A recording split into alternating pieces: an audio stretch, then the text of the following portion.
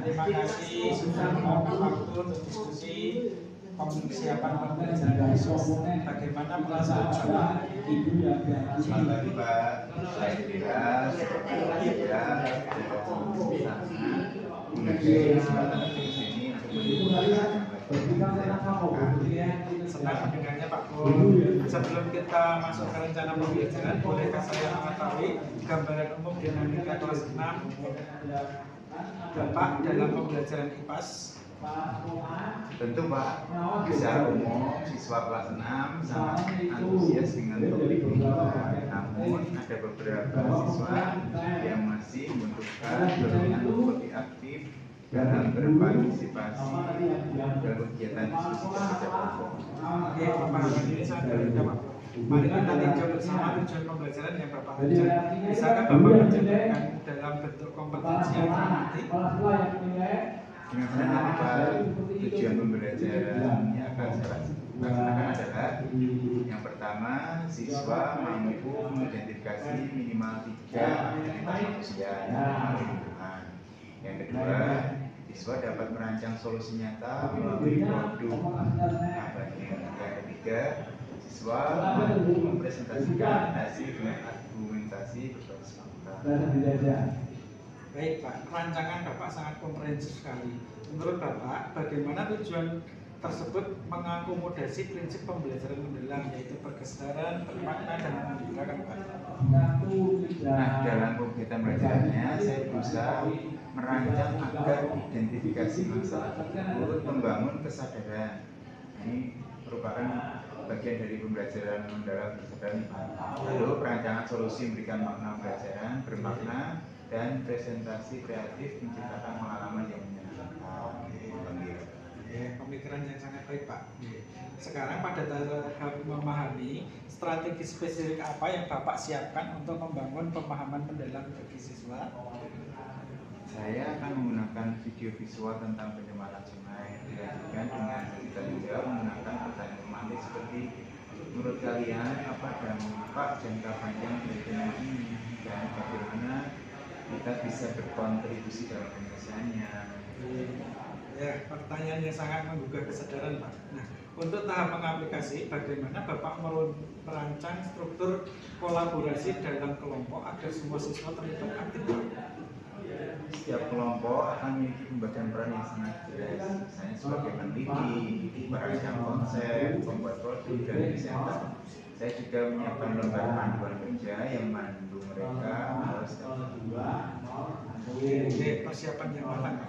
Nah, dari sisi penilaian, selain rubrik dan observasi, bagaimana Bapak mengevaluasi aspek berkesadaran dan bermakna dalam refleksi siswa?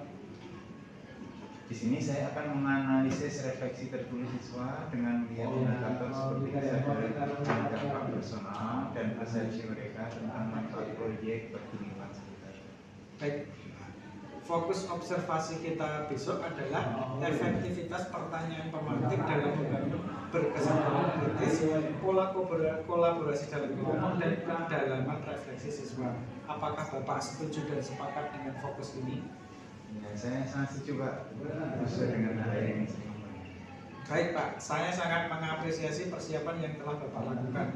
Mari kita bekerja sama untuk menciptakan pembelajaran yang berdampak. Semoga pembelajaran besok berjalan lancar ya Pak. Terima kasih Pak. Pembelajaran tadi sungguh menarik dan penuh dinamika. Bagaimana perasaan Pak Pur setelah menyelesaikan sesi pembelajaran hari ini? Selamat siang Pak Derajat. Saya merasa senang melihat antusiasme siswa. Namun ada keprihatinan juga mengenai alokasi waktu presentasi yang buat sesi refleksi terasa sedikit terburu-buru Pak. Baik Pak, sekarang mari kita refleksikan bersama berdasarkan fokus observasi kita ya Pak. Pertama, mengenai pertanyaan pemantik. Dari 2 pertanyaan utama yang Bapak ajukan, menurut Bapak, mana yang paling efektif membangun kesadaran kritis siswa? Pertanyaan bagaimana jika sungai di dekat sekolah kita tercemar sampah plastik? Menurut saya terbukti lebih efektif karena kontekstual dan langsung muncul respon emosional terhadap intelektual siswa. Oke, saya juga setuju Pak. Pertanyaan tersebut berhasil membangun keterkaitan emosional. Namun, saya memperhatikan siswa yang biasanya pendiam masih enggan merespon, Pak. Menurut Bapak, strategi apa yang bisa kita terapkan untuk mendorong partisipasi mereka? Strateginya saya mempertimbangkan teknik menulis dulu, kemudian terbagi atau white paper untuk memberikan ruang berpikir lebih aman sebelum mereka berbagi di proposal. Ide yang sangat bagus, Pak. Kedua, mengenai kolaborasi kelompok, saya mengamati sebagian besar kelompok bekerja dengan baik. Namun ada satu kelompok di mana dua siswa cenderung mendominasi. Bagaimana Bapak menangani situasi tersebut? Saya mendekati kelompok tersebut dan mengingatkan tentang pembagian peran, kemudian memberikan tugas spesifik kepada siswa yang kurang terlibat untuk memastikan kontribusi mereka secara merata. Respon yang sangat tepat, Pak. Untuk pengembangan ke depan, bagaimana jika Bapak mempertimbangkan penggunaan kartu peran dengan deskripsi tugas konkret untuk memperkuat struktur kolaborasi? Ketiga, mengenai tahap refleksi, bagaimana Bapak menilai kedalaman refleksi siswa berdasarkan tulisan mereka? Menurut saya, Pak, sebagian besar refleksi masih bersifat umum seperti saya senang tanpa elaborasi mendalam. Hal ini mengindikasikan kebutuhan akan panduan refleksi yang lebih terstruktur. Menurut Bapak, apa yang bisa Bapak lakukan untuk memperdalam kualitas refleksi siswa dan pembelajaran mendatang, Pak?